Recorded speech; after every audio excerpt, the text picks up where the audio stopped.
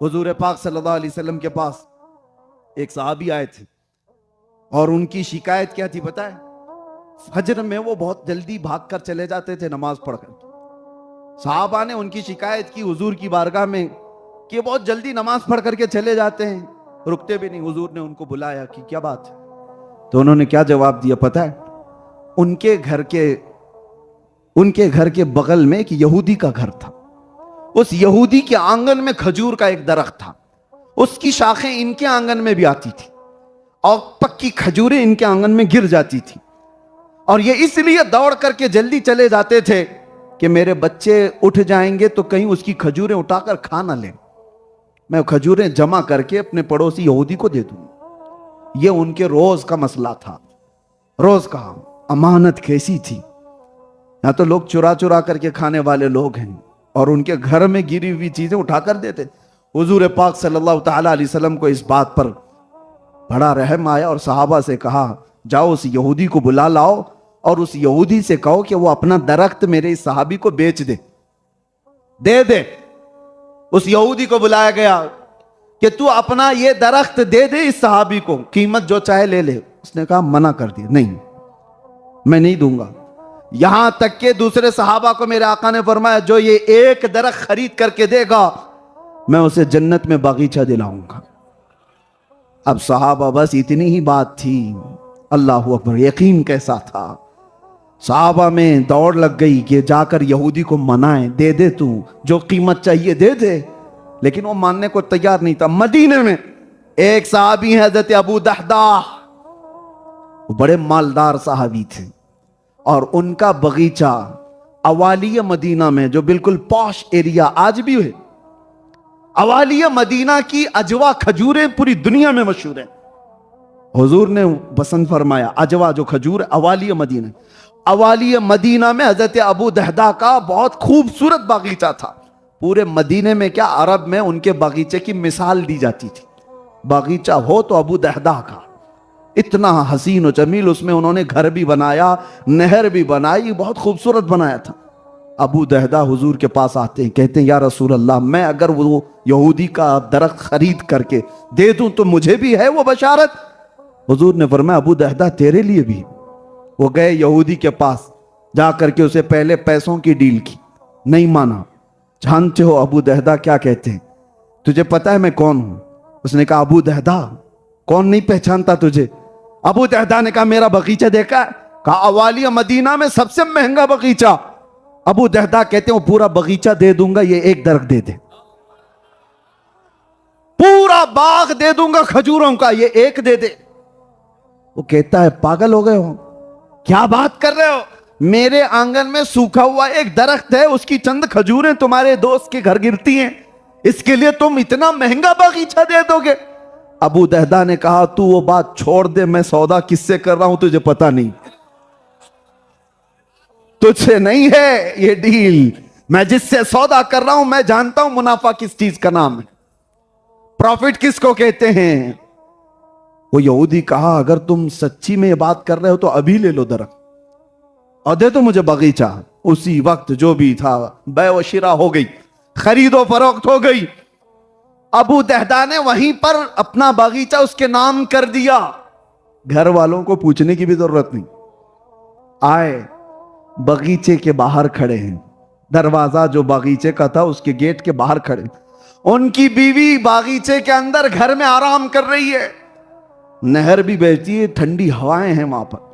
बाहर से पुकारते हैं अपनी बीवी को, या उम्मत दहदा उखरुजी, ऐ उम्मे दहदा बाहर आ जा। बीवी ने पूछा अंदर तो आओ, क्यों बाहर से पुकार रहे हो? कहा नहीं ये बागीचा मैंने बेच दिया है, दे दिया है। बीवियां तो आज वावेला मचाएं, हाँ कैसे बेचा है, प्रॉपर्टी कैसे बेचा? पूछा क्या मुझको, एक बार मशवरा किया? वो साहबिया थी, अपने शोहर से कहती है सच में बेच दिया? तो कहा हाँ हाँ बिल्कुल सच में बेच दिया। कहा रुको मैं अपना दुपट्टा ले लूं और बाहर आ जाऊं, इसलिए कि मेरा यकीन है कि मेरा शोहर अच्छा ही नफा कमाया होगा। मुझे यकीन है कि अगर वो इतना खूबसूरत और इतना महंगा बागीचा बेचने की बात कर रहा है एक दिन में, तो वो आम आदमी को तो नहीं बेचा होगा या आम तिजारत तो नहीं किया होगा। वो अपना दुपट्टा उठाई और उसी अंदाज में बाहर निकल कर आ गई। अबू दहदा अपनी बीवी का हाथ पकड़कर आए बाहर और कहा ये बगीचा हमने दे दिया। हुजूर की बारगाह में आए, कहा या रसूल अल्लाह, वो एक दरख्त मैंने यहूदी से खरीद लिया, बदले में क्या दिया? पूरा बागीचा दे दिया। मेरे आका मुस्कुराए और सीने से लगा दिया। जन्नत तो बाद में मिलने वाली है, बागीचा बाद में मिलने वाला है। ये सहाबा से पूछो मोहब्बत किसको कहते हैं पता है? एक बात मैं आपको बता रहा हूं, मोहब्बत किसको कहते हैं? अपने अमल को छोटा समझना और महबूब के अमल को बड़ा समझना। अबू दहदा से पूछो आपने इतना बड़ा बागीचा दे दिया, वो कहेंगे इतना बड़ा? ये कहां से बड़ा? कौन सी चीज बड़ी है? मैं तो गुलाम हूं, सब कुछ तो उनका है। मैंने नजर किया तो अगर अबू दहदा से पूछो आपको मिला क्या? क्या हुजूर ने कुछ बड़ी चीज दी? साहबा कहते हैं महबूब की छोटी सी चीज भी बज़ाहिर वो बहुत बड़ी है। क्या मिला आपको? कहा जो मुस्तफा ने मुस्कुरा कर सीना लगाया यही कायनात का सबसे बड़ा हिस्सा है, यही मेरे लिए इनाम है, इनाम आजम है। अबू दहदा अपनी बीवी को लेकर के निकले। मेरे अजीजों सुनो, इतने पर बात खत्म नहीं होती। एक बात मैं आपको और बता दूं, जो मैं बार बार कह रहा हूं ना, अपने आप को लुटा दो हुजूर की बारगाह। खुदा एक पर हो तो एक पर मोहम्मद, खुदा एक पर हो तो एक पर मोहम्मद। अगर कल्ब अपना दो पारा करूं मैं, कल्ब दिल को कहते हैं, दो पारा किसको कहते हैं? दो टुकड़े। अगर मेरे दिल के दो टुकड़े कर दो तो फिर एक पर तुम्हें अल्लाह लिखा नजर आए और एक पर मोहम्मद नजर आ जाए। ये एक जान क्या है अगर हो करोड़ों, तेरे नाम पे सबको वारा करूं मैं।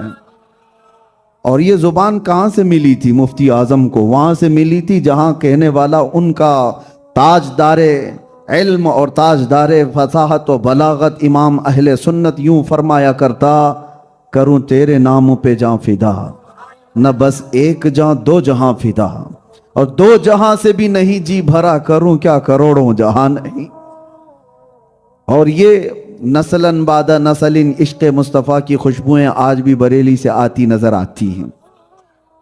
और यही मुर्शिद गिरामी हुजूर ताजुश शरिया रहमतुल्लाह ताला अलैह भी फरमाते हैं, बुल हवस सुन सीमो जर की बंदगी अच्छी नहीं, उनके दर की भीख अच्छी सरवरी अच्छी नहीं। और फिर ये फरमाते हैं कि नबी से हो जो बेगाना उसे दिल से जुदा करते, पिदर मादर बिरादर जानो माल उन पर फिदा करते हैं। यही है ईमान हमारा असल। मेरे अजीजों, नबी कौनैन रहमतुल लिल आलमीन सल्लल्लाहु तआला अलैहि वसल्लम के इस इस्म पाक को आज आप जो सीने से लगाए हैं, हो सकता है बहुत सारे लोगों को इस बात का इल्म हो या कुछ को ना हो। किसी गली में हिंदुस्तान के किसी कीड़े ने छेड़ा था और वो एक छोटे से इलाके की बात थी कि आई लव मोहम्मद नहीं लिख सकते, लेकिन उन जालिमों को पता नहीं तुम वहां दबाओगे और ये नाम कहां कहां से उभरेगा। दी अजाने कभी यूरोप के कलीसाओं में तो कभी अफ्रीका के तपते हुए सहराओं में, दश्त तो दश्त है दरिया भी न छोड़े हमने, बहरे जुल्मात में दौड़ा दिए घोड़े हमने।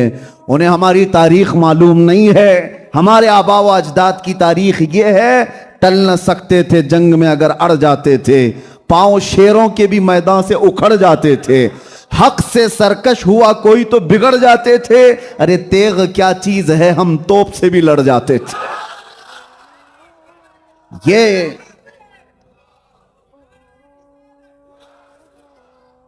जिस तार को दुनिया छेड़ती है उसे अंदाजा नहीं है कि ये कहां तक करंट जाता है। और आप तो देखें, आप हिंदुस्तान की हर गली गली से बच्चे से लेके जवान, जवान से लेके बूढ़े, बल्कि हर घर के बाहर तख्ती लगी हुई है आई लव सैयदना मोहम्मद सल्लल्लाहु अलैहि वसल्लम। और इतना ही नहीं, फिर दूसरे इलाकों में अगर नजर उठाएं तो अपने गैरों भी मैदान में आए हुए नजर आते हैं। गैर भी नजर आते हैं कि हुजूर पाक सल्लल्लाहु अलैहि वसल्लम के नाम पाक पर सिर्फ मुसलमानों का हक थोड़ी ना है। वो ये कहते हैं, वो इजहार करते हैं, और हुजूर के लिए ये नाम लेकर के सामने आने वालों को हमने देखा है। और अब अमेरिका की सरहदों से भी ये बात आगे निकल चुकी है। इसीलिए इकबाल कहता था 100 साल पहले, निकल करके सहरा से जिसने उलट दिया था तख्ते रोमा को। सहरा, अरब का सहरा, डेजर्ट से निकला हुआ वो मोहम्मद अरबी का गुलाम, लेकिन जब निकला था तो रोमन एम्पायर को पलट कर रख दिया था। दिन भर एक खजूर पर गुजारा करने वाले वो सहाबा, पैबंद लगे कपड़े पहनने वाले, पैरों में उनके चप्पल तक ना होती थी, चलने की वजह से उनके नाखून उखड़ जाते थे, लेकिन अरब से चलकर निकले थे। पर्शियन एम्पायर को धूल चटा दिया था, रोमन एम्पायर के सारे किले धंस दिए थे, भस्म कर दिए थे।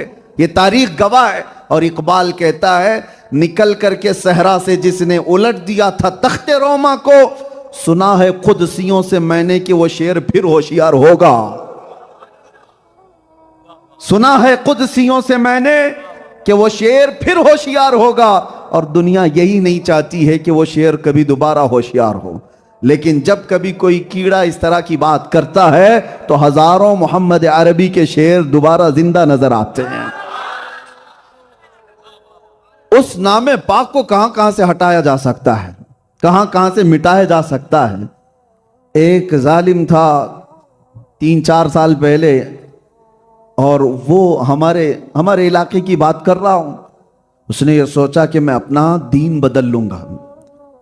था मुसलमान, लेकिन दूसरों की छापलूसी के लिए अपना दीन बदल लिया। मीडिया की हॉट सीट पर आकर बैठना, डिबेट करना और इस्लाम के खिलाफ बोलना, हुजूर पाक की शान में गंदे अल्फाज बोलना, और फिर यहाँ तक कि उसने किताब लिख डाली और कुरान को बदलने की बात कर डाली।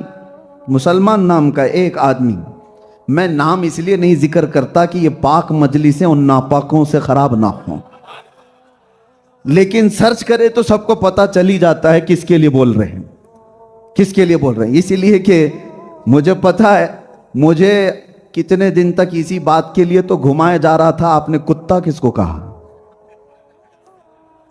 मैंने एक शेर कहा था, वो शायद मालूम होगा। अब मैं वो कहता भी नहीं हूं, लेकिन बच्चे पूरा वैसे ही कंप्लीट कर देते हैं। मैं अगर आधी बात करता हूं ना, कुछ देर की खामोशी है, फिर शोर आएगा, वो आगे की बात फिर खुद ही कंप्लीट हो जाती है। यह हमसे पूछा जा रहा था कि किसको कहा, हमने कहा कुत्ते को कुत्ता कहा, लेकिन उनको ये बात पता थी। कहते हैं कि नहीं, हमें पता है आप किसको कह रहे थे। खैर, यहां भी बात मैं आपको ये कह रहा हूं कि जो जालिम राफजी दीन बदलकर मेरे आका के नाम पर कीचड़ उछालने के लिए मीडिया की हॉट सीट पर बैठ करके रोजाना डिबेट करता था और मुसलमानों के दिल जलाता था, आज पूछो उसको जाकर के कहां है वो। कशका भी लगाया, धोती भी पहन लिया, बदल लिया, और उस कौम की चाटुगिरी करता रहा। 6 महीने के बाद पंडितों ने लात मारकर निकाल दिया, हो गया। ऐसों का हाल यही होता है, धोबी का कुत्ता, न घर का न घाट का। ये मुहावरा हमारे यहाँ मशहूर है, आपके यहाँ है या नहीं मालूम नहीं। धोबी होगा तो मालूम होगा आपको। धोबी का कुत्ता, न घर का न घाट का, ये मशहूर मुहावरा है। और उन लोगों की मिसाल ऐसी है। और आला हजरत की सुनो तो कहते हैं, या रसूल अल्लाह, जो तेरे दर से यार फिरते हैं, दर बदर यूं ही खार फिरते हैं। जो रसूलुल्लाह के दरबार से मुंह फेर लिया, जिल्लत हर कदम पर उसके साथ होगी, हर कदम पर जिल्लत उसके साथ है। और नबी पाक सल्लल्लाहु ताला अलैहि वसल्लम का वफादार, वो जिस जगह जाता है, जंगलों में भी हमने देखा है, हजारों का मजमा आ जाता है। हुजूर पाक का गुलाम जिस इलाके में जाए, रब तबारक व तआला लोगों के दिलों को उसकी तरफ फेर देता है। और एक गुस्ताख है, उंगली उठाता है और जिंदगी भर डर करके जीता है। 4 लोगों में आने की हिम्मत नहीं होती। वजह क्या है? हुजूर की शान में तौहीन करने के बाद आप सबकी तारीख देख लें, फिर लास्ट उनकी मौत तक उन्हें डर करके ही जीना है, खौफ के साथ ही जीना है। लेकिन इश्क की बात करने वाला सर चढ़कर बोलता रहता है। वो हर बाजार में, हर गली में, हर मजमे में आजाद जा सकता है। फैसला कर लो मेरे अजीजों। मैं ये बात कहने के लिए इस वाक़े को छेड़ा कि दुनिया आज से नहीं, 1400 साल से इस बात की कोशिश करती ही आ रही है कि उस नाम को दबाया जाए, उस नाम पर कीचड़ उछाला जाए, उस नाम को खराब अंदाज में लोगों के सामने पेश किया जाए।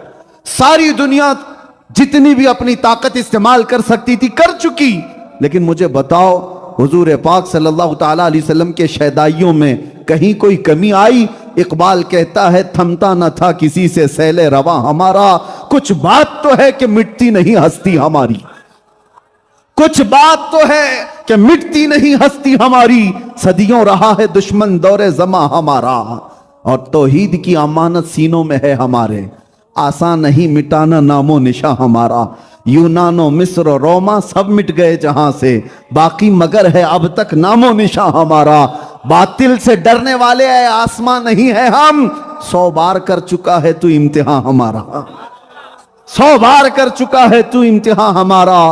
आप सबको मैं दावत फिक्र यही देना चाहूंगा, वो एक हस्ती है, वो एक ज़ाते पाक है जिसके मुतालिक फिर इकबाल की बात सुनो, हमें करनी है शहंशाह बतहा की रजा जोई, वो अपने हो गए तो रहमत परवरदिगार अपनी, इसको उसको क्यों मनाते हुए घूम रहे हो? दुनिया को राजी करने के लिए अपनी जिंदगियां क्यों बर्बाद कर रहे हो? कुरान में रब फरमाता है अल्लाहु व रसूलुहु अहक्कु अन युर्दू, अल्लाह और उसके रसूल इस बात के ज्यादा हकदार हैं कि उनको राजी किया जाए। अल्लाह को राजी करो, उसके रसूल को राजी करो। दुनिया रूठती है तो रूठे, छूटती है तो छूटे, इसलिए कि दुनिया न तुम्हें सजा दे सकती है न जजा दे सकती है, न ये रिस्क के दरवाजे खोल सकती है न रिस्क के दरवाजे बंद कर सकती है। एक दरवाजा अगर दुनिया ने बंद किया तो मौला 70 दरवाजे तुम पर खोल देगा। इस पर हमारा डिपेंड होना जरूरी नहीं है, असबाब अपनी जगह पर, खालिक असबाब पर यकीन रखो।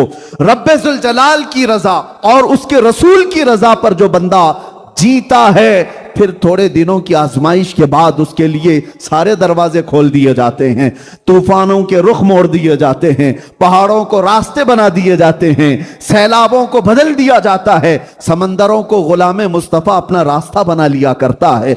अजीजा ने गिरामी वक़ार, पूरी कायनात मुसख्खर कर दी जाती है, शर्त सिर्फ इतनी है, ये आप क्या समझते हो हमें बहुत दौड़ भाग करने से, किसी नेता को राजी करने से कोई सीट मिल जाएगी, 4-5 लाख रुपए मिल जाएंगे, कुछ मिलियंस मिल जाएंगे?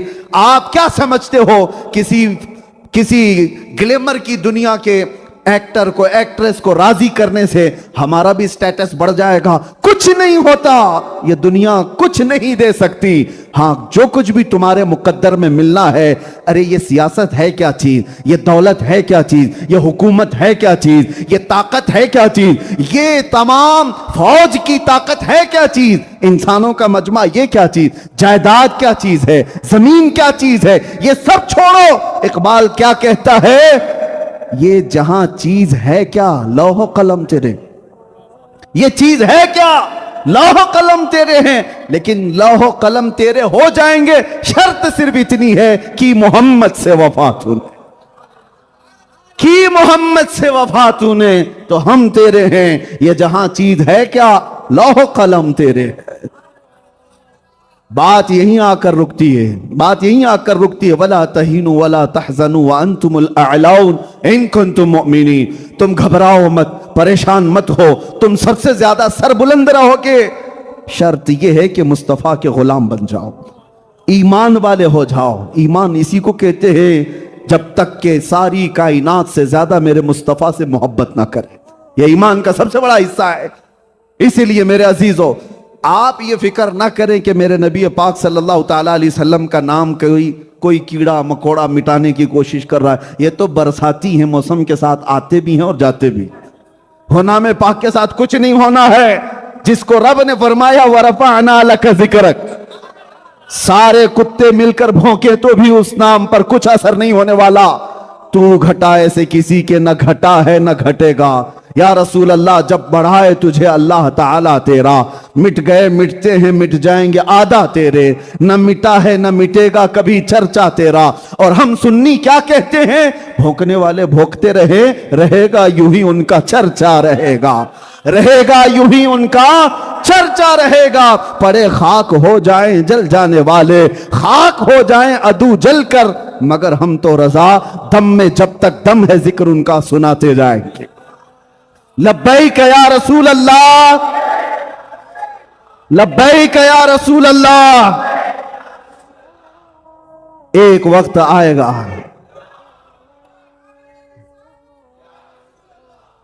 एक वक्त आएगा अनकरीब आप देखोगे हर दरो दीवार और हर गली से एक ही आवाज आएगी, लब्बैक या रसूल अल्लाह। वो आवाज आनी है जो इकबाल ने कहा था, सुना है कुदसियों से मैंने कि वो शेर फिर होशियार होगा, और हमें दिख रहा है इंशाअल्लाह उल अजीज हर इलाके का मोहम्मद अरबी का शेर अब बेदार होने वाला है। आपको मैं अपने मुल्क में भी कभी हथियार उठाने वगैरह की बातें नहीं करता, मेरा वो मिशन भी नहीं है। मैंने कभी नहीं कहा अपनी तकरीरों में कि तुम हथियार उठाओ, लेस हो जाओ, तंजीम बनाओ, तहरीक बनाओ, नहीं, हमारा मिशन नहीं। मैं तो एक ब्लेड रखने की भी बात नहीं करता। प्लास्टिक की चाकू भी मिल जाए तो हम टेररिस्ट कहला देते हैं, हम उसकी बात नहीं करते। आपको पता है तुम हथियार से लेस ना भी हो तो सिर्फ और सिर्फ एक ऐसा हथियार है, वो इश्क़ मुस्तफ़ा का। नबी पाक सल्लल्लाहु ताला अलैहि वसल्लम की मोहब्बत जिसके दिल में भर जाती है, फिर उसे दुनिया की कोई चीज उठाने की जरूरत नहीं। इश्क़ मुस्तफ़ा का जामा जो पहन लेता है, जिस गली से वो गुजरता है, उसके चलने फिरने से ही कई कीड़ों की यूं ही मौत हो जाती। वो गर्मी ऐसी है कि बरसाती कीड़े उसकी गर्मी से ही फौत हो जाते हैं। आपको कुछ करने की जरूरत नहीं। इसीलिए हम जो दावत देते हैं वो ये है कि अगर हुजूर के गुलाम हो कि नहीं, पहले आप बताओ। हाथ मत उठाओ, ये बहुत जिम्मेदारी वाली बात है, क्योंकि हाथ देखे जा रहे हैं।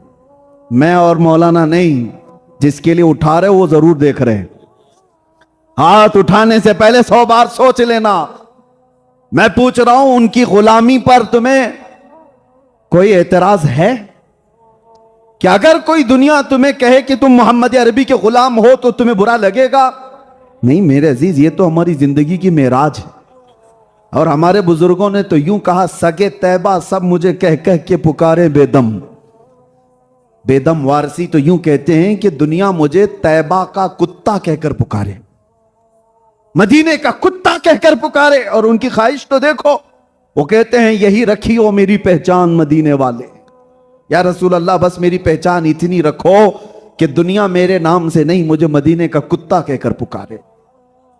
ये तो उनका फख्र था। मैं आपसे पूछता हूं, हुजूर के गुलाम हो और उस गुलामी पर कोई एतराज नहीं, और आपको कभी भी ऐसा फील नहीं होता कि मुझे अजीब लग रहा हो, तो फिर मैं आपसे पूछता हूं, जब उस रसूल की गुलामी पर 2-2 हाथ उठाते हो, गर्दन देने की बात करते हो, तो आ जाओ मेरे अजीजों, हम आपसे गर्दन भी नहीं मांगते, जान भी नहीं मांगते।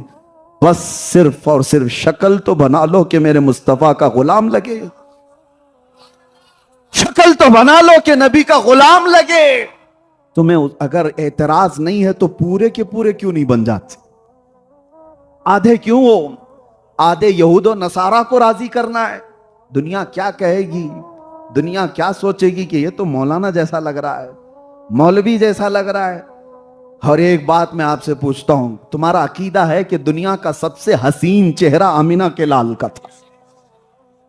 बहुत जल्दी बेशक कह रहे हो आप, यकीन है कि नहीं है? दुनिया का सबसे हसीन चेहरा किसका है? मेरे मुस्तफा का है, इसमें कोई शक ही नहीं। हस्सान बिन साबित से पूछो, वो बताएंगे, वह अहसनु मिनका लम तरा कत्तु आईनी। या रसूल अल्लाह, आपसे ज्यादा हुस्न वाला मेरी आंखों ने देखा ही नहीं। साहबी रसूल हैं, लेकिन मैं एक कहता हूं कि शायर, देखो वो शायर भी थे। एक मिसरा कहा, या रसूल अल्लाह, आपसे ज्यादा हसीन मेरी आंखों ने देखा नहीं। तो दिल में हो सकता है ख्याल आया कोई बाद में एतराज कर देता कि हस्सान तुम तो मक्का मदीने में ही थे, हो सकता है तुमने नहीं देखा, दुनिया में कहीं और होगा। तुम तो ये कह रहे हो ना, मेरी आंखों ने नहीं देखा आपसे ज्यादा खूबसूरत, हो सकता है कहीं और होगा। तुम मक्का मदीना और अतराफ ही तो रहे। हस्सान बिन साबित ने गरज कर दूसरा मिसरा कहा, वाजमलु मिन कलम तलिदिन निसाओ। पहला तो ये कहा था, या रसूल अल्लाह, आपसे ज्यादा हुस्न वाला मेरी आंखों ने देखा ही नहीं। लेकिन ये एतराज आ सकता था, तो हस्सान बिन साबित ने कहा, नहीं नहीं, देखा नहीं, अलग बात है। पूरी कायनात में किसी मां ने आपसे ज्यादा हसीन जना ही नहीं, आपसे ज्यादा खूबसूरत किसी मां ने जना ही नहीं। आप सबका भी अकीदा है इस बात पर। कि वो अल्लाह के नबी कायनात के सबसे हसीन चेहरे के मालिक थे। हुस्न यूसुफ पे कटी मिस्र में अंगुश्ते सना, सर कटाते हैं तेरे नाम पे मर्दाने अरब। वो यूसुफ अलैहिस्सलाम का हुस्न था जिस पर औरतों ने उंगलियां काट ली थी, और यहां सिर्फ मेरे आका के नाम पर गर्दनें काटने को तैयार। इस बात पर यकीन है या नहीं? मैं बार बार ताकीद से इसलिए पूछ रहा हूं, तो फिर कौल में और अमल में तजाद क्यों? जब तुम्हें यह पता है कि सबसे हसीन चेहरा मेरे आका का था और सबसे हसीन चेहरे पर दाढ़ी थी, तो खूबसूरती का मेयार ही दाढ़ी है। खूबसूरती का मेयार ही दाढ़ी है। और जो ये कहता है कि नहीं मैं हैंडसम लगने के लिए कर रहा हूं, वो झूठा है, वो झूठा है। दुनिया ने उसको जानवर बनाने की कोशिश की है, मुस्तफा का गुलाम नहीं। नबी का जो गुलाम होता है वो बार बार कोशिशें करता। अरे मैंने देखा है, मैं एक निकम्मा आदमी, मैं एक छोटा तालिब इल्म, लेकिन मुझसे चाहने वाले, मुझसे मोहब्बत करने वाले कितने बच्चे ऐसे हैं। मैंने देखा है उनको बार बार हर जगह जा करके दुकानों में पूछते हैं, हमको ऐसा अमामा चाहिए जैसा मुफ्ती साहब पहनते, हमको वैसा जुब्बा चाहिए जैसा, ऐसा वो ब्रोचर लगाते वो चाहिए, ऐसी चादर चाहिए वो। मोहब्बत का तकाजा ये है, बार बार बंदा चाहता है कि अपने महबूब की तरह बन के दिखाए। कितने तो ऐसे हैं। एक बार मैंने सुन्नत रसूल पर अमल करने के लिए जुल्फे रखी, हजारों लोग उसको, मैं ये नहीं कहता कि वो नबी की सुन्नत नहीं, लेकिन उनको हमसे मोहब्बत थी, उस तरह दिखने की कोशिश करते हैं। ये तो दुनिया में मुझ जैसे निकम्मे के साथ होता है, और आप तो कायनात के हसीन चेहरे से मोहब्बत का दावा कर रहे हो, सैयदुल अंबिया से मोहब्बत का दावा कर रहे हो। तो क्या कभी शीशे में जाकर खड़े होकर देखा और कहा मैं भी उस तरह से नजर आ जाऊं जिस तरह मेरे नबी को देखना पसंद था? हुजूर देखें तो हुजूर मुस्कुरा दें। मेरे अजीजों, इस नुक्ते पर हमें आना है। नबी पाक सल्लल्लाहु ताला अलैहि वसल्लम के उस अजीम नाम पाक के लिए मैं एक बात ये कह रहा था, बीच में डिस्कनेक्ट हुआ। आपको फिक्र की जरूरत नहीं इस नाम के हिफाजत की, वो अल्लाह हिफाजत करने वाला है सुबह क़यामत तक।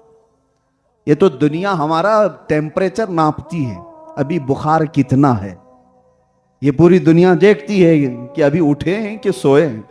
और जब जब जागते हैं तो फिर थोड़े दिनों के लिए, लंबे टाइम के लिए हो जाते हैं। एक एक कुत्ता बीच में उठता है और हुजूर की शान में तौहीन करता है, और जब हम गरजते हैं तो फिर कई महीनों के लिए बिल में चला जाता है। उनको पता है हाँ अभी जाग रहे हैं, और जिस दिन वो देखें कि ये सब सोए हैं, इनको कुछ फर्क नहीं पड़ता, तो फिर देखो वो हश्र करेंगे इस उम्मत के साथ जो स्पेन में किया था। स्पेन में 500 मस्जिदें आज चर्च बनी हुई हैं। 700 साल तक इस्लामी हुकूमत कायम थी स्पेन में, सिर्फ इसलिए कि वो लोग मॉडर्न हो चुके थे, बहुत मॉडर्न हो चुके थे। उनके यहां हुजूर पाक की शान में गुस्ताखियां कोई माना ही नहीं रखती थी, तोड़ दिए गए, खत्म कर दिए गए। आज भी स्पेन हमारे पास नहीं है। मस्जिद कर्तबा का नाम सुना है अपने? दुनिया की दूसरी सबसे बड़ी मस्जिद, आज वो सिर्फ पिकनिक पॉइंट बनी हुई है, टूरिस्ट प्लेस है। वो इल्म और अदब का गहवारा स्पेन सब खत्म कर दिया गया। क्यों? उनके जो हम गुलाम थे, खल्क के पेशवा रहे, उनसे फिरे, जहां फिरा फिर आई कमी वकार में। यही है नुक्ता। अगर उस नाम पाक की अजमत के साथ, जैसे आपको मोहब्बत है, आप आई लव मोहम्मद 1000 बार कहें, सीने पे लगाएं, सर पर लगाएं, लेकिन मैं ये चाहता हूं कि मेरे अजीजों अंदर से भी वो आई लव का इजहार हो। आप अगर मोहब्बत करते हैं तो कुछ चीजों को तो छोड़ना होगा, कुछ ख्वाहिशात को तर्क करना होगा। अब मैं अपनी गुफ्तगू पर आता हूं, और मेरे आका सल्लल्लाहु अलैहि वसल्लम से पूछते हैं ईमान किसे कहते हैं? हुजूर फरमाते हैं ला युमिनु अहदुकुम हत्ता यकून हवाहु तबअन लिमा जितु बिही। तुम में से उस वक्त तक कोई मोमिन नहीं हो सकता जब तक कि अपनी ख्वाहिशात मेरी मर्जी के मुताबिक ना करे। हुजूर के चाहने के बराबर तुम अपनी ख्वाहिशात को जब तक नहीं करोगे तब तक मोमिन नहीं हो। और ये सहाबा ने अपनी जिंदगी में करके दिखाया है। उनकी अपनी ख्वाहिशात नहीं थी, सब कुर्बान किया था कदम मुस्तफा पर, सब निछावर किया था। अपनी ख्वाहिशात ना आने पाए, अपने जो बहुत सारे जो बनाए हुए उम्मीदें उसको खत्म करो। हुजूर क्या चाहते हैं वो देखो। नबी पाक को कैसा मोमिन पसंद था। और कुर्बानियों की बात करते हैं, आधा घंटा अगर लोग यहां बैठ जाएं तो उनको ऐसा लगता है कि हमने कमाल कर दिया है, दीन की बड़ी खिदमत कर दी है। एक जलसा करके या एक प्रोग्राम करके, यह मोहब्बत का तकाजा नहीं है। आपको बताता हूं, हुजूर पाक सल्लल्लाहु अलैहि वसल्लम के पास एक सहाबी आए थे और उनकी शिकायत क्या थी पता है? फजर में वो बहुत जल्दी भागकर चले जाते थे नमाज पढ़कर। सहाबा ने उनकी शिकायत की हुजूर की बारगाह में कि बहुत जल्दी नमाज पढ़ करके चले जाते हैं, रुकते भी नहीं। हुजूर ने उनको बुलाया कि क्या बात है?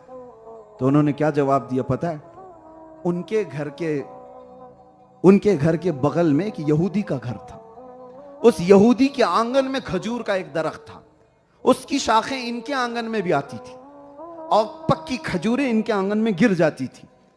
और ये इसलिए दौड़ करके जल्दी चले जाते थे कि मेरे बच्चे उठ जाएंगे तो कहीं उसकी खजूरें उठाकर खा ना लें, मैं खजूरें जमा करके अपने पड़ोसी यहूदी को दे दूंगा।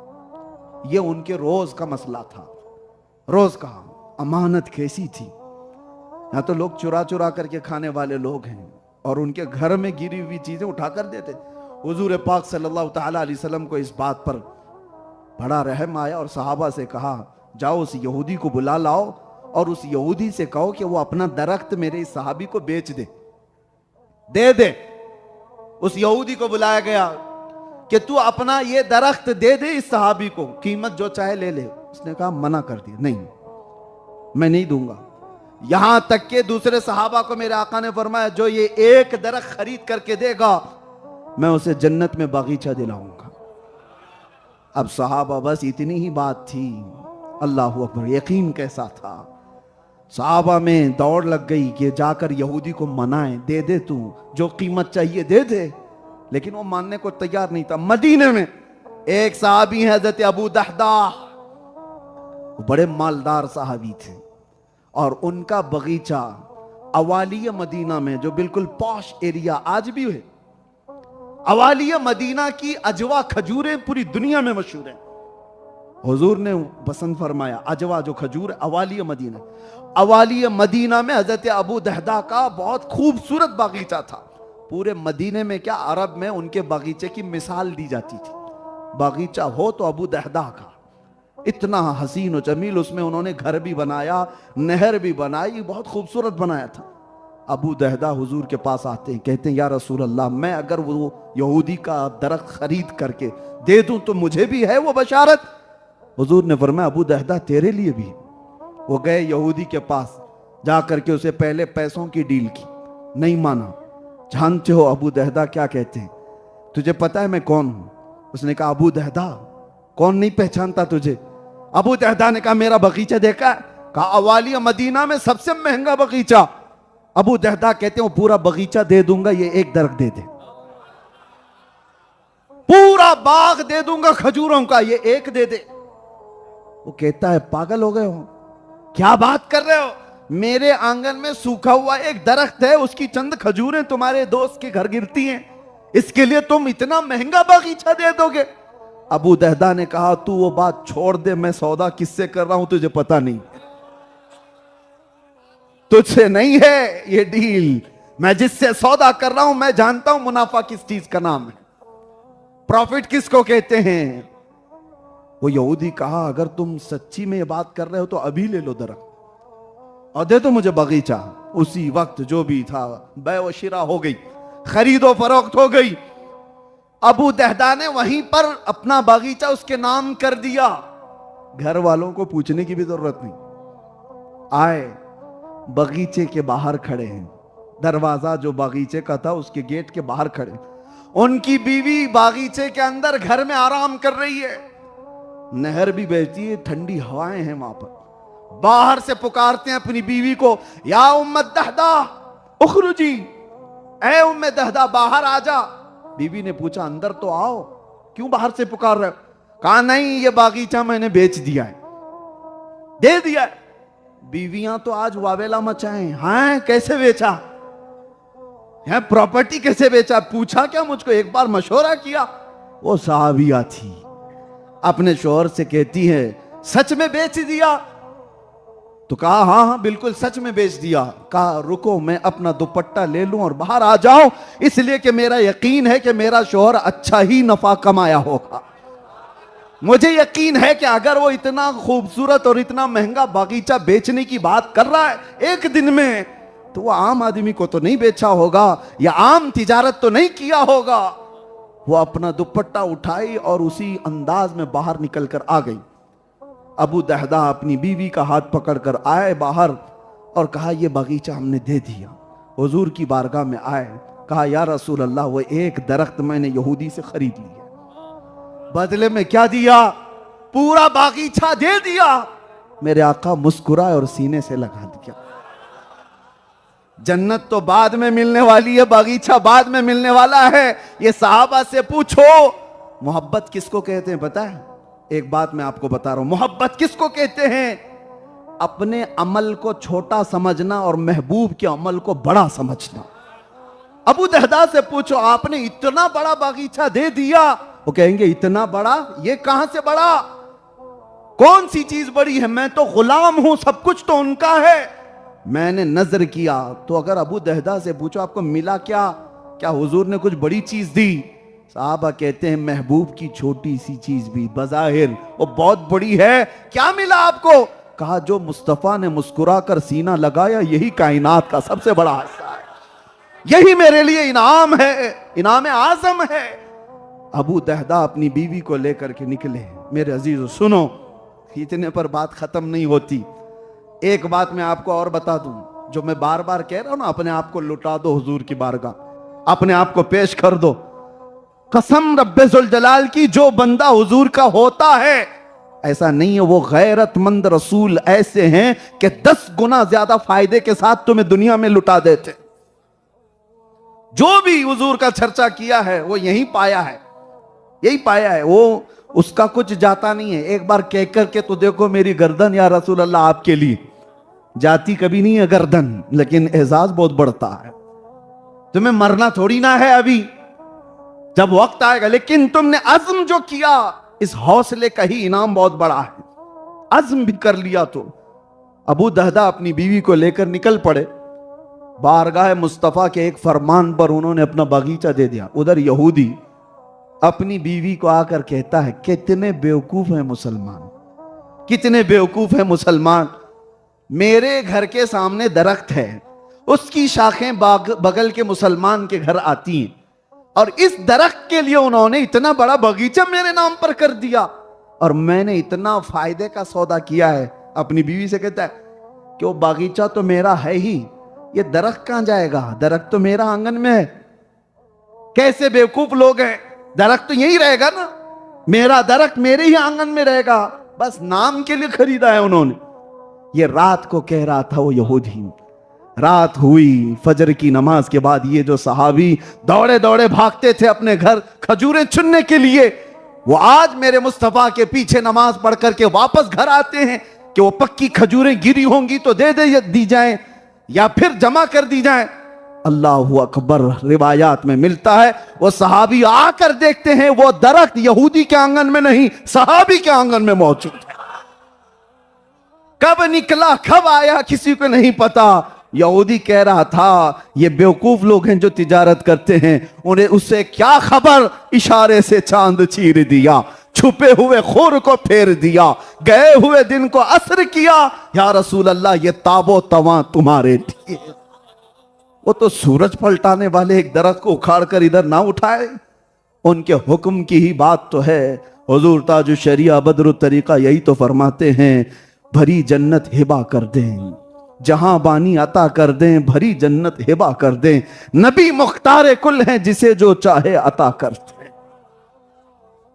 ये मैं आपको इसलिए अर्ज किया कि उस सहाबी की बात तो देखो, क्या हम में से कोई है जो इस तरह की अपनी ख्वाहिशात को हुजूर के कदमों पर निछावर कर दे? जिससे हम चिपके हुए हैं उससे तो हटना नहीं चाहते।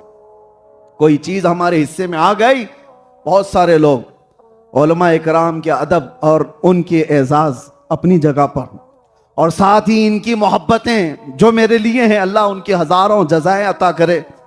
लेकिन एक बात मैं कहता हूं, बहुत सारे लोग आज इस मौजू पर बोलना सिर्फ इसलिए नहीं चाहते कि उनकी गर्दन पर कोई हंटर न चला दे। ये जालिम हुकूमतें हैं, पता नहीं क्या करेंगी हमारे साथ। हमारे बीवी बच्चे हैं, हमारे घर बार हैं, हमने बहुत खूबसूरत घर बनाया है, जहां वहां यहां प्रॉपर्टी खरीदी है, बैंक में इतने पैसे जमा किए। ये जो कंफर्ट जीने की आदत है, ये बुज़दिल बना चुकी है। हुजूर के कदमों पे निछावर होना, सिर्फ वो अपने घर में तकिए पे टेक लगाकर बैठ के तो बोल सकता है। जालिमों की आंखों में आंखें डालकर बात करने से इसीलिए हिम्मत टूटती है कि फिर इनका क्या होगा, मेरे बच्चों का क्या होगा, मेरा घर क्या होगा। ये अभी आएंगे, हमारे ऊपर रेड पाड़ देंगे और हमारी जायदादें जब्त कर लेंगे। अगर ये ख्यालात हैं उलमा के या मुबल्लिगीन के, तो मैं कहता हूं शर्म से डूब मरना चाहिए। क्या सहाबा की औलाद नहीं थी जब वो बदर जा रहे थे? क्या उनकी बीवियां नहीं थी जब वो जंगे ओहद में जा रहे थे? मैं तो जानता हूं एक खातून ऐसी मदीने की जंगे ओहद में दौड़ती हुई आई थी। उनका जवान बेटा 22 साल का शहीद हुआ था। हुजूर के पास आकर कहती है, सुना है मेरा लाल शहीद हो गया, अगर आप इजाजत दें तो मैं लाश देखूं, अगर आप इजाजत दें तो मैं लाश देखूं। वो अपने बेटे की मैयत देखने के लिए इजाजत मांग रही है मेरे मुस्तफा से। हुजूर ने कहा जाओ देख लो। सहाबा कहते वो खातून आई, अल्लाह अकबर। जो लोग ये कहते हैं ना हमारा है कि नहीं कुछ, हमारे बीवी बच्चे, हमारी जायदाद, हमारी प्रॉपर्टी, हम जाएंगे तो हमारा क्या होगा, शर्म करना चाहिए। वो खातून मदीना आती हैं, अपने बेटे की लाश देखकर नोहा करना, मातम करना, चेहरा पीटना, चीखना चिल्लाना नहीं, आते साथ अपने बेटे की लाश को पलट दिया, जुब्बा उठा दिया जिस्म से और पीठ पर हाथ फेरने लगी और उसके बाद फिर सीधा कर दिया लाश को, सजदे में गिर गई, सजदे में गिर गई और उठती है तो एक सहाबी उससे पूछते हैं, बड़ी भी आप ही क्या कर रही हो? आप जो सुनो किस लिए मैं सुना रहा हूं।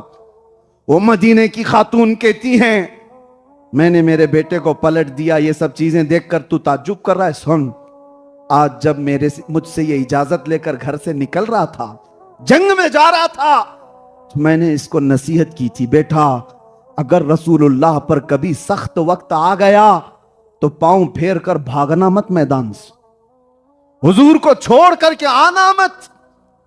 और अगर देख याद रख, जंग के मैदान से भागते हुए तू मारा गया तो मैं दूध भी माफ नहीं करूंगी, मैं तुझे माफ नहीं करूंगी। ये मैंने इसको नसीहत की थी मेरे बेटे को। कहा फिर क्या हुआ? कहा घर में थी मदीने में, अचानक खबर आई कि जंगे ओहद का पासा पलट गया, अचानक कुफार और मुशरिकीन गालिब आ गए, सहाबा के ऊपर वो गलबा हासिल कर चुके हैं और हुजूर पाक के दांत मुबारक शहीद कर दिए गए, सख्त वक्त आ गया। तो खातून कहती मेरी बेकरारी बढ़ गई, मेरा बेटा कहीं मैदान से भागा तो नहीं, हुजूर को छोड़कर गया तो नहीं। मैं दौड़ती हुई आई तो मुझे रास्ते में बताया गया नहीं तेरा बेटा शहीद हुआ। तब भी मुझे इत्मीनान नहीं था, मरा तो मरा लेकिन भागते हुए तो नहीं मरा। वो कहती है मैं आई और मेरे बेटे की लाश को पलटकर जुब्बा उठाकर पीठ मैंने इसीलिए देखी थी कि भागते हुए पीछे से तो नहीं मारा गया। फिर मैंने देखा पूरा हाथ फेर कर एक भी जख्म मेरे बेटे के पीठ पर नहीं है, जितने जख्म खाया है सब सीने पर खाकर मरा है। फिर मैं सजदा शुक्र अदा करती हूं कि मौला तूने मेरे लाल को अपने नबी की गुलामी में कबूल कर लिया। यह है वो जज्बा ईसार जिन्होंने अपनी जिंदगियां निछावर की थी मेरे मुस्तफा के कदमों में। मेरे अजीजों, घर में बैठ करके बोलना आसान बात है, सबके होते हैं बीवी बच्चे, सबके होते हैं जायदाद माल। दुनिया को ना देखो जो अपनी प्रॉपर्टियां बचाने के लिए बुज़दिली के साथ हर चीज पे समझौता कर लेती है। तुम ईमान वाले हो, सारी दुनिया को ठोकर मार दो लेकिन मेरे मुस्तफा की इज्जत पर कोई समझौता नहीं। इसी का नाम ईमान है, इसी का नाम ईमान है। एक बुजुर्ग से पूछा गया था कि ईमान किसको, दीन इस्लाम किस तरह से बचाया जाए या जिस तरह से इस पर चला जाए। तो उस बुजुर्ग ने कितनी प्यारी बात कही। कहा देखो जब अपनी जान पे कुछ बात आती है तो सदका देकर जान बचा ले। सदका बलाओं को टालता है, बीमार हो गए तो सदका दे दो, जानवर का सदका, गेहूं खैरात कर दिए, अनाज का सदका, सदका देकर अपनी जान बचा लो। लेकिन जब इस्लाम पर कोई बात आए तो जान देकर दीन बचा लो। यह है पूरी जिंदगी का खुलासा। जब मुस्तफ़ा करीम की इज्जत पर बात आए तो फिर हम अपने ये सारी चीजें ना देखें कि हमारे साथ क्या होने वाला है। जो होने वाला अच्छा ही होगा। अगर नारा हुजूर पाक की मोहब्बत का लगाते हैं तो फिर हमारी बात को सीरियसली लें, वरना बुज़दिलों के लिए वैसी भी हमारी गुफ्तगू होती नहीं, हमारा कलाम उनसे नहीं। बहुत सारे लोग ये कहते हैं कि ये तो भड़काने वाली बात है, प्रोवोक करने वाली बात है, मारने मरने के लिए तैयार करने वाली बात है।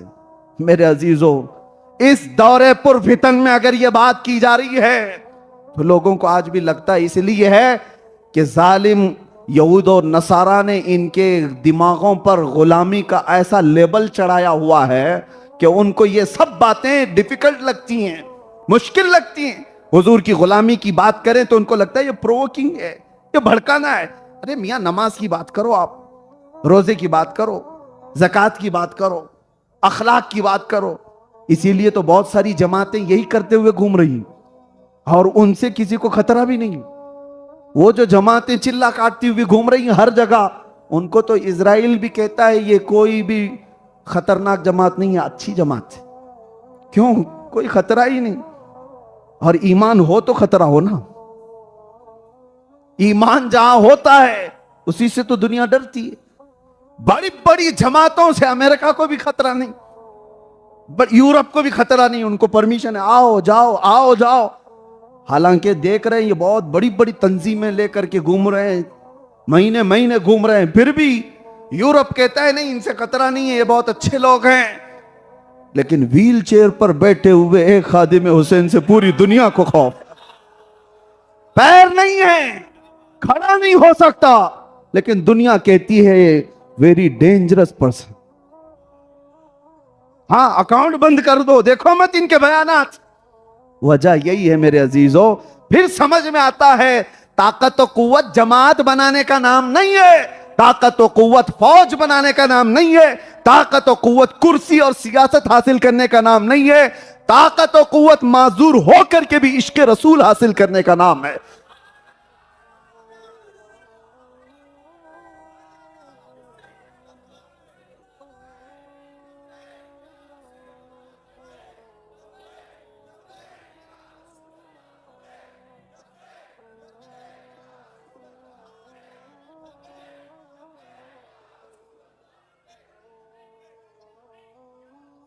नौजवानों,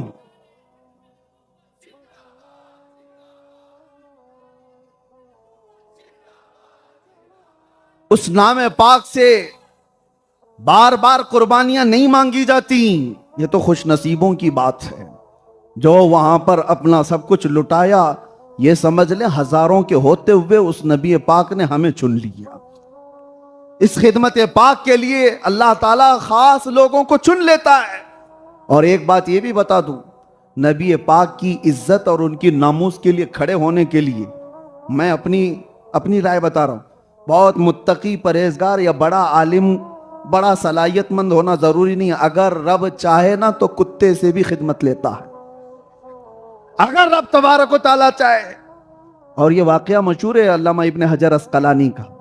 तातारियों ने जब बगदाद पर हमला किया था तो उस वक्त ये क्या करते थे पता है? तातारी मुसलमानों को कैद करके लाते थे और जंजीर बांधते थे दोनों हाथों पर, और एक ईसाई पादरी को लाकर हुजूर की शान में गालियां देने लगाते थे, क्योंकि उनको पता था मुसलमान कोड़े से नहीं डरते हैं, इनको तकलीफ उससे ज्यादा नहीं होती। लेकिन इनके नबी को जब कोई गालियां देता है तो इनका सीना जलता है। दुनिया इसीलिए जलाना चाहती है। तो अल्लामा इब्न हजर अस्कलानी ने इसको बयान फरमाया कि वो ईसाई पादरी आकर के गालियां देता था। एक बार 300 उलमा जंजीरों में बंधे हुए हैं और मुसलमान कैदी हैं, और लाया गया बादशाह के सामने उस ईसाई को गाली देने के लिए। लेकिन मेरे अजीजों, जब रब तबारक व तआला चाहे, जहां चाहे, जैसे चाहे, अपने नबी के नाम की हिफाजत करता है। उस बादशाह का एक कुत्ता जिसको उसने पाला था, ट्रेंड कुत्ता, आवारा नहीं, पला हुआ, और वो भी बादशाह का, और उसको भी सोने की जंजीर से बांधा जाता था, गोल्डन चेन पहनने वाला कुत्ता, और वो बंधा हुआ था। जैसे ही वो ईसाई पादरी गुस्ताखी करने लगा वो भौंकने लगता था, चिल्लाता था, वो रुकता, फिर जब बोलता कुत्ता फिर चिल्लाता था। लोग ये समझ गए कि ये जब जब नबी पाक की शान में बोलता है कुछ, ये कुत्ता इधर से भौंकने लग जाता है। वो ईसाई पादरी मानने को तैयार नहीं था कि नहीं, वो मेरी बात पे थोड़ी ना भौंक रहा है। लोगों ने उससे कहा भी कि ये बादशाह का कुत्ता है, हर एक पे भौंकता नहीं है, उसे पता है। ईसाई पादरी फिर कंटिन्यू करने लगा। तारीख में मौजूद है मेरे अजीज, वो कुत्ता जंजीर तोड़कर निकल आया, पूरे भरे दरबार में ऐसा उछल करके आया और उस ईसाई पादरी के सीने पर चढ़ा, दम जदन में उसको फाड़ करके रख दिया था, खत्म कर दिया। और उसकी हैबत ऐसी तारी थी पूरे दरबार में, उसको कोई पकड़ने नहीं जा रहा था उस कुत्ते को कि क्या हो गया, क्या हो गया है। उसकी हैबत तारी थी, दहशत तारी थी उस कुत्ते की। और इस वाक़े को देखने के बाद 10,000 ततारियों ने इस्लाम कबूल किया था। तुम जहां नबी पाक के नाम पर उंगली उठाते हो, रब ताला वहीं से ये सैलाब शुरू फरमाता है, वहीं से ये तूफान उठता है। इसी को इकबाल ने कहा था, हरम को मिल गए पासबां सनम खाने से। रब तबारक व तआला का यह दस्तूर है, निजाम है, जहां इस नाम पाक को रोकने की कोशिश की जाती, वहां से सैलाब फिर शुरू होता है। इसलिए मैं कह रहा हूं, अपने आप को पेश करो। बहुत बड़ा मुत्तकी परहेजगार आलिम दीन होना जरूरी नहीं, तुम जज्बे वाले हो। आज से 4 साल पहले मैं ये बात बार बार अपनी तकरीरों में दोहराता हूं। मुंबई में हमारे मुल्क में एक लोमड़ी का बच्चा हुजूर की शान में बार बार गुस्ताखियां कर रहा था, तो बर्दाश्त ना हुआ था, तो हमने एक चैलेंज किया था, आ जाओ आग में। पता होगा दिल्ली में आते हैं, एक बड़ी आग लगाते हैं, तुम भी कूदो मैं भी कूदता हूं। हमने कहा था इसलिए कि जज्बात ऐसे थे कि इनसे डिबेट करके कोई मतलब नहीं, ये तो बातचीत करने के लायक भी नहीं। ये बात मैं क्यों कह रहा हूं, उससे कहा कि आ जाओ, देखें जो बच जाएगा उसका दीन पहचाना जाएगा। ये बात आई गई, मशहूर हो गई, वायरल हो गई हर किसी के पास कि आग में कूदने का चैलेंज किया है मुफ्ती साहब ने। मेरे अजीजों, कोई प्री प्लान चैलेंज नहीं था, ये कोई मंसूबाबंदी के साथ की हुई बात नहीं थी, जज्बात थे हमारे। खैर, लेकिन मैं बता इसलिए रहा हूं ये बात, रमजान का महीना था, मुंबई में एक नौजवान मेरे पास आया, और कैसा था, बालों में भी डिजाइन है, दाढ़ी में भी डिजाइन है, फटी हुई जीन्स है, कान में बाली पहना हुआ, टैटू है पूरे, जो एक आवारा नौजवान होते हैं इस तरह से, बड़ा ही आवारा किस्म का, जैसा नशेड़ी होता है, दिख रहा था। वो आया, कहा मुफ्ती साहब आपसे कुछ बात करनी है। कहा क्या है बेटा बताओ। कहा सुना है आपने आग में कूदने का किसी को चैलेंज किया है। मैंने कहा तुमको इससे क्या है, क्या कहना चाहते हो। कहा आप जा रहे हैं, सच्ची में आग में कूदने की बात आपने की है। कहा हाँ। कहा मुफ्ती साहब जब आप जाएंगे मुझे ले जाना, आप नहीं मैं कूदूंगा। किसके नाम पर, हुजूर पाक के नाम पर आप कह रहे हैं मैं जाऊंगा। सबसे पहले मैं ऊपर से नीचे तक देखता रहा, शक्ल क्या है, कैसे ये फटी जीन्स वाला, पता नहीं किस तरह के लोगों में रहता है, लेकिन इसके दिल का जज्बा तो देखो। सच बता रहा हूं, उस दिन आंखों में इतने आंसू आए थे मुस्तफा को याद करके कि या रसूल अल्लाह आपकी उम्मत गुनहगार हो गई है, गद्दार नहीं हुई है।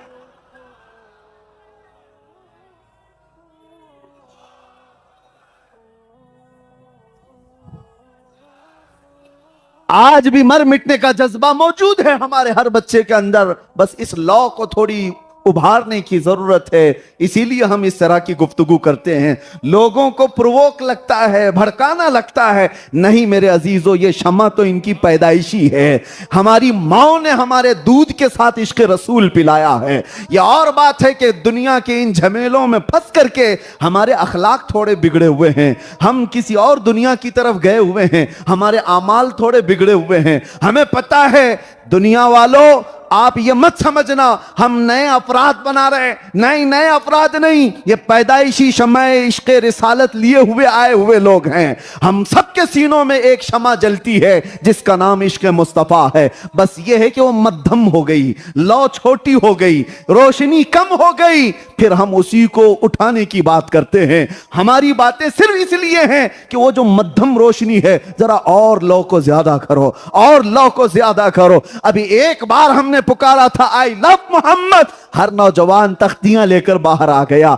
ये क्या तरीका है, ये क्या जरिया है? यही तो हम कह रहे हैं, वो लौ जो चिराग के अंदर मध्यम है, हम उसको उठाना चाहते हैं। किसी और को प्रोवोक करना नहीं है हमें। हमारी अपनी अमानत, हमारी अपनी विरासत जो हमारे सीनों में अल्लाह ने हमें पैदाइशी अता किया है, हम उसी को उठाना चाह रहे हैं। लोग पूछेंगे क्यों उसको उठाना चाह रहे हैं, क्यों उसको उठाना चाह रहे हैं? उनको फिर मैं ये बताना चाहता हूं, क्योंकि कुल असासा हमारा वही है, कुल हमारी जिंदगी वही है। उसी रोशनी का नाम ही ईमान है, उसी रोशनी का नाम ही हमारा सब कुछ है। इसलिए कि हम ये कहते हैं, या रसूल अल्लाह, दहन में जुबां तुम्हारे लिए, बदन में है जान तुम्हारे लिए, हम आए यहां तुम्हारे लिए और उठे भी वहां। हमारी जिंदगी का कुल असासा वही शमा है जो धीमी होती जा रही है, जो मध्यम होती जा रही है। हमें यह बर्दाश्त नहीं होता कि हमारी जिंदगी की रोशनी कम हो जाए, हमारा असासा कम होने लग जाए, हमारी कीमतें घटने लग जाएं। हम उसी कीमत वाली शमा को और बढ़ाना चाहते हैं। अजीजा ने गिरामी, दुनिया अगर ये पूछे कि इसको क्यों उठाना चाहते हैं, क्यों इसकी रोशनी को ज्यादा करना चाहते हैं, हम उनको जवाब देते हैं, जिस दिन ये रोशनी बढ़ गई, फिर देखना कि हमारे मोहल्लों से खालिद बिन वलीद तैयार होगा, हमारे मुआशरे से फिर सलाहुद्दीन की गरजती आवाज आएगी। वो इसी रोशनी को जो मध्यम है, हम थोड़ी सी और तेज कर लें तो मेरे अजीजों, सलाहुद्दीन ऊपर से आसमान से नहीं आया था, शिहाबुद्दीन जमीन से नहीं आया था, वो भी किसी मां की कोख से जन्म लिया हुआ था।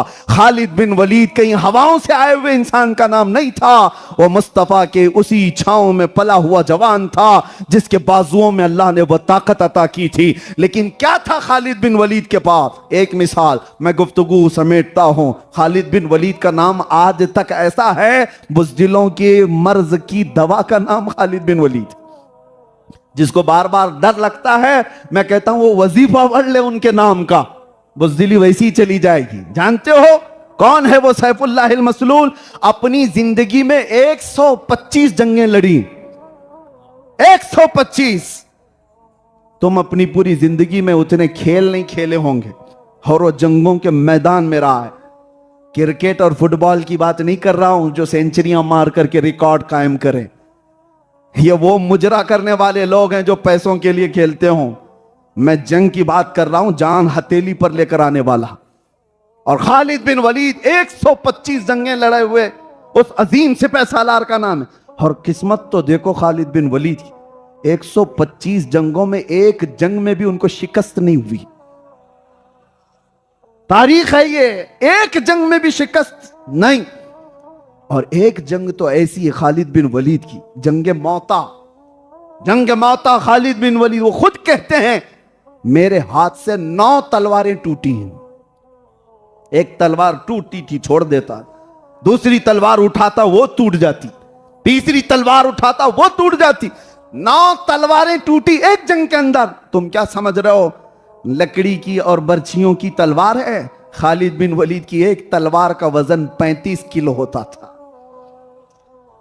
35 केजी की तलवार, और फिर ढाल जो एक हाथ से उठाते थे। जवान इसको कहते हैं मेरे अजीज, जवान इसको कहते हैं। और वो कौन सी चीज थी जिसको इकबाल कहता है ना, दो आलम से करती है बेगाना दिल को, अजब चीज है लज्जत आशनाई। खालिद बिन वलीद, क्या कमाल था इनका, क्यों इस तरह लड़ते थे वारफ्तगी के साथ, बेखुदी के साथ, किसी की परवाह नहीं, और चले चले सामने कौन है इसकी परवाह नहीं। ये खालिद बिन वलीद एक जंग में ऐसे घिर गए थे कि एक जालिम ने उनको मारा।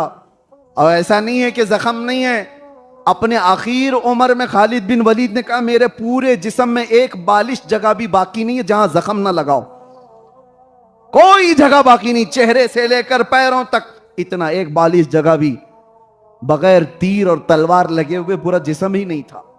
लेकिन वो उस तरह के जवान नहीं है कि जख्म खाए और घर में बैठ गए।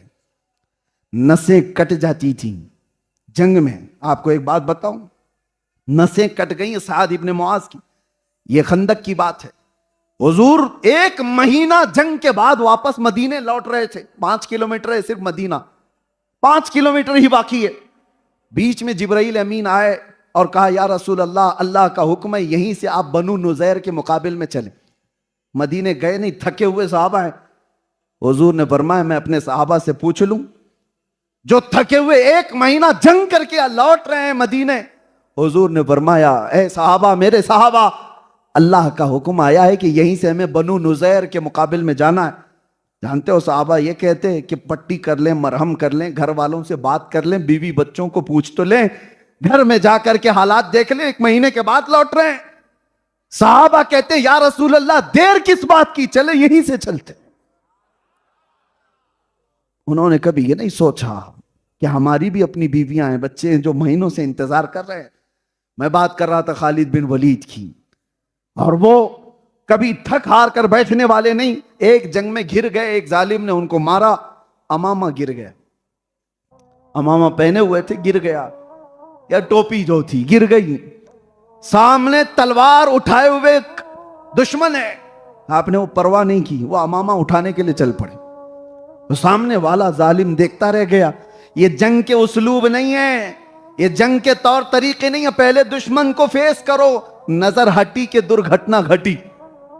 इधर से थोड़ी सी नजर हट गई, सामने वाला वार कर देगा। और ये है कि सिर्फ नजर नहीं हटाए, पूरा अमामा उठाने के लिए चले गए। लेकिन सामने वाले ने भी तलवार रोक लिया, वो चाहता तो उसी वक्त मार देता। तलवार नहीं चली। पता ये चला कि हर एक अपनी मर्जी से चला भी नहीं सकता। हाँ, खालिद बिन वलीद अपनी टोपी उठाए और चूमा और सर पर रखा। सामने वाले ने पूछा तू खालिद बिन वलीद है? हमने तो सुना कि तू इस्लाम का बड़ा सिपह सालार है, लेकिन एक आम फौजी भी ऐसी गलती नहीं करता जो तूने किया है आज। टोपी उठाने की बात है, जंग के वक्त सामने मुकाबला हो रहा है, तलवार तनी हुई है और तू टोपी उठाने गया। खालिद बिन वलीद ने कहा तू क्या समझता है, खालिद अपने बाजुओं की ताकत से लड़ता है, खालिद अपने तलवार के भरोसे से लड़ता है। मेरा यकीन और मेरा विजदान यह है, खालिद बिन वलीद को अल्लाह ताला फतह अता करता है तो यही अमामा है, इसके अंदर मेरे रसूलुल्लाह के 3 मुँह मुबारका रखे हुए हैं।